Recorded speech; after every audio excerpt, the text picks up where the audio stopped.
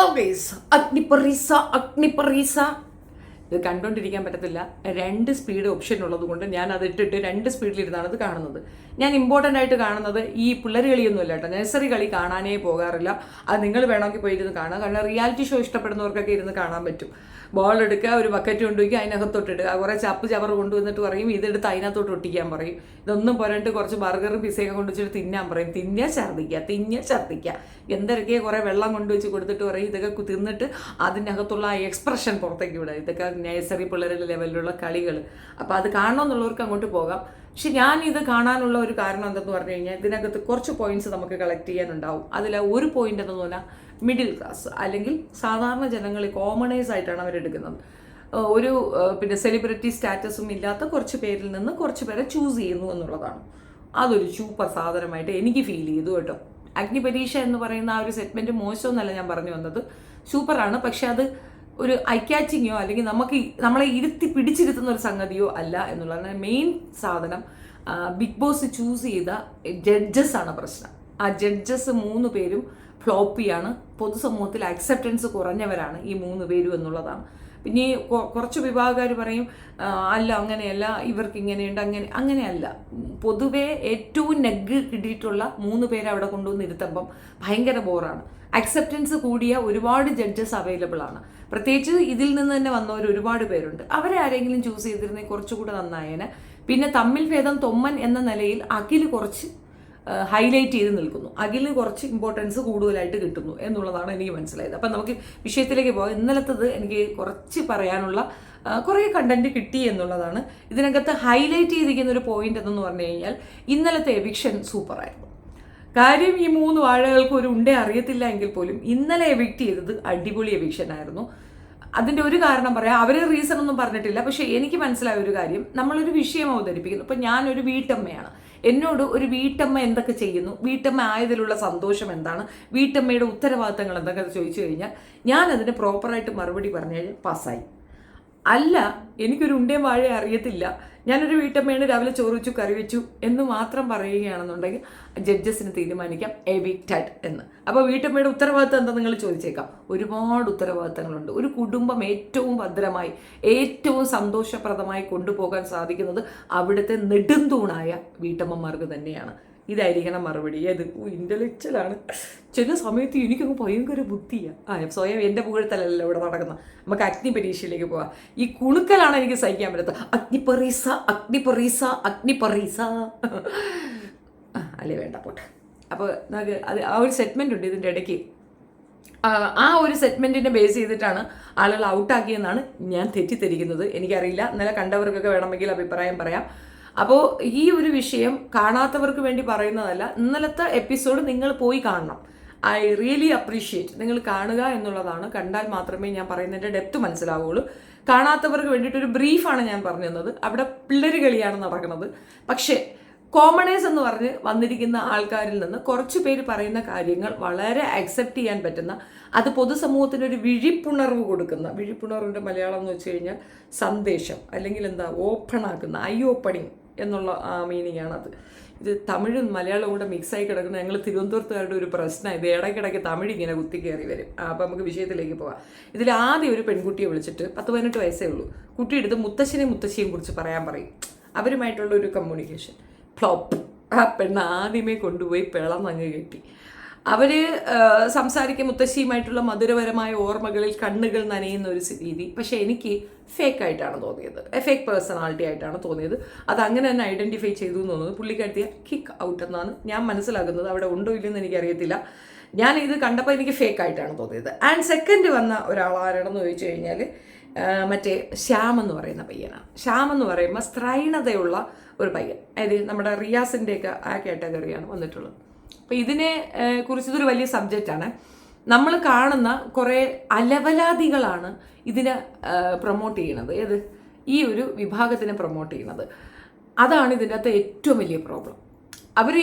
അവർ ചെയ്യേണ്ട കാര്യം എന്തെന്ന് പറഞ്ഞു കഴിഞ്ഞാൽ ഇതൊരു തേർഡ് ജെൻഡറാണ്. ഫീമെയിൽ മെയിൽ എന്നത് കഴിഞ്ഞിട്ട് അടുത്ത ഒരു ജെൻഡറാണിത്. അപ്പം അവർക്ക് സമൂഹത്തിൽ അക്സെപ്റ്റൻസ് കിട്ടാൻ അവരിലുള്ളവർ തന്നെ മുന്നോട്ട് വരണം. ഇപ്പം സ്ത്രീകളുടെ കാര്യം പരിഗണിക്കാം. സ്ത്രീകൾക്ക് എങ്ങനെയാണ് അക്സെപ്റ്റൻസ് കിട്ടിയത്? ഇപ്പം നമ്മൾ സ്വാതന്ത്ര്യം കിട്ടിയ സമയത്ത് തന്നെ നമ്മളെ പരിഗണിക്കണം എന്നുള്ളത് അവിടെ ഭരണഘടനയിൽ രേഖപ്പെടുത്തിയിട്ടുണ്ട്. 50% റിസർവേഷൻ, 50%, എല്ലാം 50%, 50-50 ആണുങ്ങൾക്കെങ്കിൽ 50 പെണ്ണുങ്ങൾക്കെന്ന് അവിടെ പറഞ്ഞിട്ടുണ്ട്.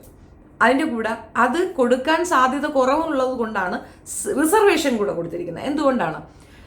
ഈ പുരുഷ മേധാവിത്വമുള്ള ഒരു സമൂഹത്തിൽ സ്ത്രീകൾക്ക് പരിഗണന കിട്ടാൻ ഇച്ചിരി ബുദ്ധിമുട്ടാണ്. അപ്പോൾ ആ പരിഗണന നേടിയെടുക്കാൻ വേണ്ടി റിസർവും കൂടെ ചെയ്തു കൊടുത്തു കഴിഞ്ഞാൽ അവർ മുന്നേറി കയറി വരും. അതിന് വേണ്ടിയിട്ടാണ് അങ്ങനെ ചെയ്തിട്ടുള്ളത്. അപ്പോൾ സ്ത്രീകളായിട്ടുള്ള ഒരുപാട് പേര് ഇതിന് വേണ്ടിയിട്ട് എഫർട്ട് എടുത്തിട്ടുണ്ട്. ഞാൻ പറഞ്ഞല്ലോ, ഒത്തിരി പേര് അവരവരുടെ കംഫർട്ട് സോൺ വെടിഞ്ഞ് നമുക്കായിട്ട് ഇറങ്ങി നിന്നിട്ടുണ്ട്. നമ്മൾ വിചാരിക്കും നങ്ങേലി പോലുള്ള ആൾക്കാരാണ്. ഇപ്പോൾ നങ്ങേലി എന്ന് പറഞ്ഞാൽ അവരുടെ അനുഭവം കൊണ്ടാണ് അവരങ്ങനെ ആയത്. അവർക്ക് മറയ്ക്കാനുള്ള സ്വാതന്ത്ര്യമൊന്നും കൊടുത്തിട്ടുണ്ടായിരുന്നില്ല. അപ്പോൾ അതിന് കട അടയ്ക്കണം എന്ന് പറഞ്ഞാൽ അവർ അത് വെട്ടി അങ്ങ് കൈ കൊടുത്തുകൊണ്ട് തിന്നടാ ഇല്ലേന്ന്, എനിക്ക് ഇതിൻ്റെ റൗക്ക മറിച്ചിപ്പം വേണ്ടാന്നുള്ള രീതിയിൽ. അപ്പോൾ അവർ അനുഭവസ്ഥയാണ്. അങ്ങനെ അനുഭവങ്ങളില്ലാത്ത ഒരുപാട് അതിലൊരാണ് പാർവതി അന്തർജനം എന്ന് പറയും. ഈ മറക്കുടയിലെ മഹാനരകം എന്ന് പറഞ്ഞൊരു സംഗതി നിങ്ങൾ കേട്ടിട്ടില്ലേ? അന്തർജനങ്ങൾ അനുഭവിക്കുന്ന ബുദ്ധിമുട്ടുകളെ ബേസ് ചെയ്തുകൊണ്ട് സ്വന്തം ഭർത്താവിൻ്റെ സപ്പോർട്ടോടുകൂടി പാർവതി അന്തർജനമാണ് അവർക്ക് വേണ്ടിയിട്ട് ഏറ്റവും കൂടുതൽ എഫർട്ട് എടുത്തത്. അത് നിങ്ങൾ സെർച്ച് ചെയ്ത് നോക്കിയാൽ മനസ്സിലാകും.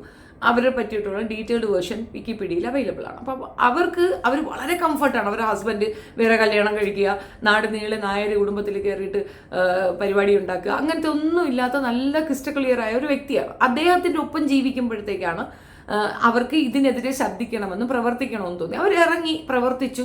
അതിൻ്റെ നേട്ടം അവർ കൈവരിക്കുകയും ചെയ്തു. ഈ വേളികെട്ടൽ അല്ല, കുറേ സിസ്റ്റം ഉണ്ടല്ലോ അത്. അപ്പം നമ്മൾ EMS നമ്പൂരിപ്പാടിൻ്റെ കാര്യം എടുക്കും. EMS നമ്പൂരിപ്പാട് ഒരു വിക്റ്റിമാണ്. ഐ മീൻ അവരുടെ ഓപ്പോളിന് സംഭവിച്ച ഒരു ബുദ്ധിമുട്ട്, വിധവകളെ വിവാഹം കഴിക്കാൻ അവർ സമ്മതിക്കത്തില്ല. അതിനെ ബേസ് ചെയ്തിട്ട് ഓപ്പോളിൻ്റെ സ്നേഹം കൊണ്ടാണ് ഈ ഒരു സിസ്റ്റത്തിനെതിരെ എതിർക്കണമെന്ന് അദ്ദേഹത്തിന് തോന്നിയത്. പക്ഷേ ഈ പാർവതി അന്തർജനം എന്ന് പറയുന്നത് അവർക്ക് ഇങ്ങനെ ഒരു പ്രശ്നമില്ല. അവർ ഒരു പ്രോബ്ലം ഇല്ലാത്തവരാണ്. പക്ഷെ അവരിറങ്ങി എന്നുള്ളതാണ്. അങ്ങനെയുള്ളവർ ഇറങ്ങുന്നത് അത് ഒരു ഉത്തരവാദിത്ത ബോധ മെൻറ്റാലിറ്റി ഉള്ളത് കൊണ്ടാണ്. അപ്പം ഞാൻ ഇത്രയും വൈഡായിട്ട് പറഞ്ഞത് കുറച്ചുകൂടെ മനസ്സിലാക്കാൻ വേണ്ടിയിട്ടാണ്. ഇത് ചെയ്യാത്തത് ആരാണ്?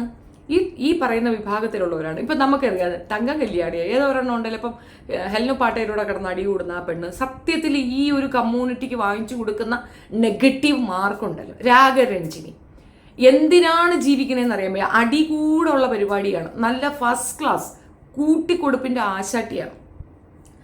എൻ്റെ പിന്നിൽ നിന്നുകൊണ്ട് എനിക്കെതിരെ നടക്കുന്ന സർവ്വ ചരട് വലി നടത്തുന്ന രാഗരഞ്ജിനിയാണ്. അത് ഞാൻ ഇവിടെ ചേർത്ത് പറയണത് എന്തെന്ന് പറഞ്ഞാൽ അവൾക്ക് അത് അറിയാൻ വേണ്ടിയിട്ടാണ്. നീ എൻ്റെ ചാനൽ കാണുമെന്ന് അറിയാതുകൊണ്ട് പറയുന്നത്. നിൻ്റെ ചരട് വലികൾ ഞാൻ മനസ്സിലാക്കിയിരിക്കുന്നു, നിന്നെ ഞാൻ സ്പോട്ട് ചെയ്തിട്ടുണ്ട്, ബാക്കി ഞാൻ നിനക്ക് പുറകെ തരാം. അപ്പം ഇങ്ങനെ കുറേ പേരുണ്ട്. എല്ലാവരും ഇതാണോ? അല്ല. അവിടെയാണ് വ്യത്യാസം. അപ്പം നാദിറ മെഹറിൻ അതിനകത്ത് പോയപ്പം വ്യത്യസ്തത കൊണ്ടുവന്നു. എഡ്യൂക്കേറ്റഡ് ആണെന്നും ഒരുപാട് കാര്യങ്ങൾ ചെയ്യാൻ പറ്റുമെന്നും നാദിറയിൽ കൂടെ നമുക്ക് പലരും മനസ്സിലാക്കി തന്നു. സിയ പവലിനെ കണ്ടിട്ടുണ്ടോ? കാം ഡൗൺ ടു എർത്ത് ക്യാരക്ടറാണ്. സൂപ്പറാണ് ആ ലേഡി. ഞാൻ പരിചയപ്പെട്ടതാണ്. ഈ വിഭാഗത്തിൽ നിന്ന് വന്നവരാണ്. ഞാൻ അവരെ ലേഡി എന്ന് തന്നെ പറയും. കാരണം ലിറ്ററലി അവരങ്ങനെ ആയി മാറിയിരിക്കുകയാണ്. അതിനകത്തൊരു തർക്കവുമില്ല. അത് നമ്മൾ ശരിക്കും അതിനെപ്പറ്റി മനസ്സിലാക്കി കഴിഞ്ഞാൽ അത് അക്സെപ്റ്റ് ചെയ്യും. മരിച്ചുപോയൊരു പയ്യനുണ്ട്, പ്രവീൺ. പെണ്ണായി ജനിച്ച് പിന്നെ ആണായി പരിണമിച്ച് ഒരു പെണ്ണിനെ അതായത് ഇതുപോലെ മാറ്റം വന്നൊരുത്തിയെ വിവാഹം കഴിച്ചതിൻ്റെ പേരിൽ അതിന് ജീവൻ അവസാനിപ്പിക്കേണ്ടി വന്നിട്ടുണ്ടായിരുന്നു. അത് പെർഫെക്റ്റ് ആയിരുന്നു. ഈ കമ്മ്യൂണിറ്റിയെ എവിടെയോ കൊണ്ടെത്തിക്കുമായിരുന്നു. അത് അത്രയും സൂപ്പറായിരുന്നു. അങ്ങനെയുള്ളവ കുറച്ച് പേരുണ്ട് ഇതിനകത്ത്. ബാക്കി എല്ലാം പ്രാകൃതങ്ങളാണ്.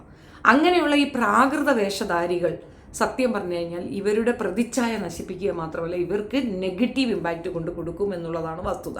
അപ്പോൾ ഏകദേശം എന്താണ് എൻ്റെ പോയിന്റ് നിങ്ങൾക്ക് മനസ്സിലായി കാണുമെന്ന് ഞാൻ വിചാരിക്കുന്നു. ഇപ്പോൾ ഈ വിഷയം അവിടെ അവതരിക്കപ്പെടുന്ന ഒരു രീതി ഉണ്ടായിരുന്നു. അതിനാണ് ആ പയ്യൻ വന്നത്, ശ്യാം. ഇപ്പം ശ്യാം പറയുന്നത് എന്താണെന്ന് പറഞ്ഞു കഴിഞ്ഞാൽ, ഒരു പുരുഷാധിപത്യ അല്ലെങ്കിൽ പുരുഷന്മാർക്ക് പെണ്ണുങ്ങൾക്ക് കുറച്ച് മസിൽ പവറൊക്കെ വന്നു കഴിഞ്ഞാൽ, കുറച്ച് ആണുങ്ങളെ പോലെയൊക്കെ സംസാരിച്ചു കഴിഞ്ഞാൽ ശബ്ദമുയർത്തി സംസാരിക്കുക, കടയിൽ പോയി സാധനം വാങ്ങിക്കുക. ഞങ്ങളുടെ കാലഘട്ടത്തിലൊക്കെ ഉണ്ട് അങ്ങനെയൊക്കെ പറയും.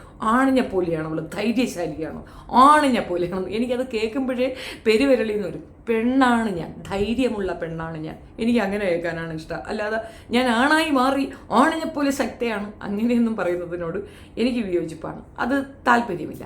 പക്ഷെ അത് എന്താണെന്നൊരു കൺഫ്യൂഷൻ ശ്യാം അവിടെ ഇടുന്നുണ്ട്. പെണ്ണിനെ പോലെ സ്ത്രൈണത, അതായത് സ്ത്രൈണത ഒരാണിന് വന്നാൽ ആളുകൾ അംഗീകരിക്കുന്നില്ല. അതേസമയം മസിൽ പവർ ഒരു പെണ്ണ് കാണിച്ചാൽ അവളെ സമൂഹം കുറച്ചുകൂടെ പുകഴ്ത്തി മേളിക്കൊണ്ടുവയ്ക്കുന്നു. എന്താണെന്ന് മനസ്സിലാകുന്നില്ല എന്നാണ് പുള്ളി പറഞ്ഞത്. പുള്ളിക്ക് കൊടുത്ത സബ്ജക്റ്റും അത് തന്നെയായിരുന്നു. ഈ ഒരു വിഷയത്തിനെ ബേസ് ചെയ്തിട്ടായിരുന്നു. എന്താ ഒഴിവാക്കൽ, അങ്ങനെ എന്തോ ആണ് കൊടുത്തിട്ടുള്ളത്. ഒഴിവാക്കൽ എന്നോ അല്ല, കളിയാക്കൽ, അവഗണിക്കൽ, അങ്ങനെ എന്തോ ഒന്നാണ്. എനിക്ക് കറക്റ്റ് അതിൻ്റെ ഇത് വേർഷൻ മറന്നുപോയി. പക്ഷേ ഇതാണ് റിലേറ്റഡ് ആയിട്ടുള്ള. അപ്പോൾ അതിന് അവർ ഇങ്ങനെ പറഞ്ഞു, ഞാൻ ഒരുപാട് എടുത്ത് അവഗണിക്കൽ നേരിട്ടിട്ടുണ്ട്, ഒരുപാട് മോശം പറഞ്ഞിട്ടുണ്ട്, ആളുകൾ എന്നെ കളിയാക്കിയിട്ടുണ്ട്. കളിയാക്കലാണെന്ന് തോന്നുന്നത് സബ്ജക്റ്റ്. അപ്പോൾ ഒരുപാടെടുത്ത് എനിക്കിത് ഫേസ് ചെയ്യേണ്ടി വന്നിട്ടുണ്ട്. ഞാൻ I am really fed up. എനിക്ക് സ്ത്രൈണത വന്നത് എന്തുകൊണ്ടാണ് ആളുകൾ അംഗീകരിക്കാത്തതെന്ന് ചോദിക്കുന്നത്. അപ്പോൾ അതിനൊരു എക്സ്പ്ലനേഷൻ തരാം. ഇതിനൊരു എക്സ്പ്ലനേഷൻ പറയാനായിട്ട് റിയാസിനോട് പറയുന്നുണ്ട്. അപ്പോൾ റിയാസ് ഉടനെ yes, I also feel the same. You know, this society is like that one. I like ഒരു ടാറ വെച്ച് കൊടുക്കാനാണ് തോന്നിയത്. Riyas also worst. Of course അവർക്ക് സ്ത്രൈണത വന്നതിൽ തെറ്റുണ്ടെന്നല്ലോ, അവർക്ക് അങ്ങനെ ഒരു ഇതുണ്ടെങ്കിൽ തെറ്റുണ്ടെന്നല്ല ഞാൻ പറഞ്ഞത്. ബട്ട് ദ ആറ്റിറ്റ്യൂഡ്, അതാണ് അവരെ കൊണ്ട് അവിടെ കൊണ്ടെത്തിക്കുന്നത്. അപ്പോൾ അതിൻ്റെ ശരിയായ മറുപടി എന്താണെന്ന് പറഞ്ഞു കഴിഞ്ഞാൽ, ആൺമേൽക്കോയ്മ, പുരുഷാധിപത്യമുള്ള ഒരു സംസ്കാരമുള്ള അല്ലെങ്കിൽ അങ്ങനെ ഒരു സാമൂഹ്യ വ്യവസ്ഥ ഉള്ളിടത്ത് സ്ത്രീയെ വളരെ ദുർബലയായിട്ടാണ് പരിഗണിക്കുന്നത്. അങ്ങനെ ദുർബലയായ ഒരു പെണ്ണ് ഒരു കാരണവശാലും ഇനി ഒരു പെണ്ണുണ്ടാവണമെന്ന് ആഗ്രഹിക്കുക പോലുമില്ല. കാരണം നമ്മളൊക്കെ അനുഭവിക്കുന്ന സ്ട്രെസ് ഒന്നും ഞാൻ സ്ത്രീകളോട് എക്സ്പ്ലെയിൻ ചെയ്യണ്ട. എൻ്റെ പൊന്നോ, അമ്മാതിരി പ്രശ്നം. ഈ നമ്മളെ മെൻസസ് തൊട്ട് ഇങ്ങേയറ്റം എല്ലാത്തിലും പെയിനാണെന്ന്. എവരി പേര് അത് ഒന്നും രണ്ടൊന്നും എനിക്ക് എക്സ്പ്ലെയിൻ ചെയ്ത് തരാനൊക്കത്തില്ല. ഒരു ലേഡി ദൈനംദിനം അവൾ അനുഭവിക്കുന്ന ദുരിതങ്ങൾ, വേദനകൾ എന്താണെന്ന് ഇപ്പോഴത്തെ കുട്ടികൾക്ക് പറഞ്ഞാൽ മനസ്സിലാവത്തില്ല. മേ ബി അവർക്ക് കുറേ കൂടെയൊക്കെ ഫ്രീഡം ഉണ്ടായിരിക്കാം. ഞങ്ങളൊന്നും അത് അനുഭവിച്ചിട്ടില്ല. അതൊക്കെ അതായത് സ്ട്രഗിള് ചെയ്ത് ഫൈറ്റ് ചെയ്ത് നേടിയെടുത്തതാണ്.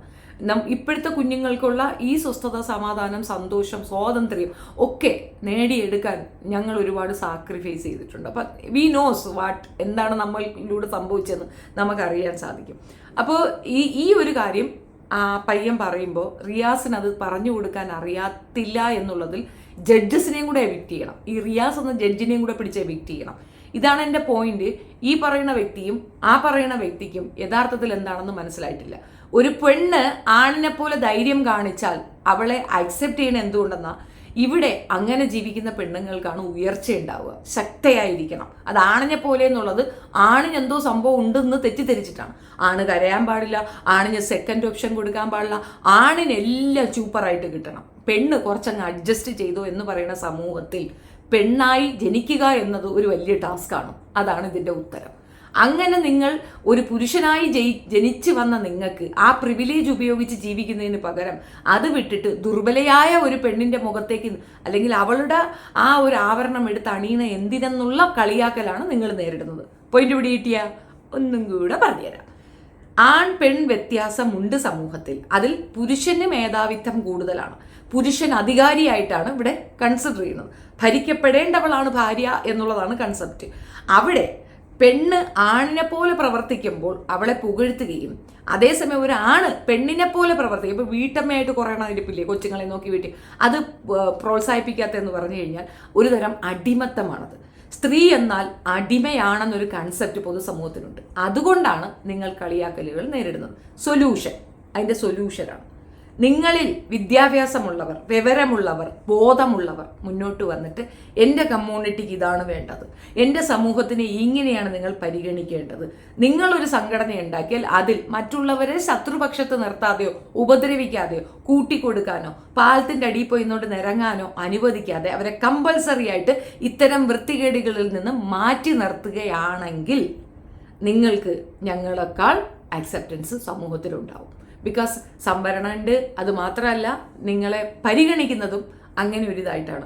നിങ്ങൾ അങ്ങനെ ഒരു പരിഗണന അർഹിക്കുന്നവരല്ല. നിങ്ങൾ ഈക്വലാണ്, ഞങ്ങളെപ്പോലെ ഈക്വലാണ്.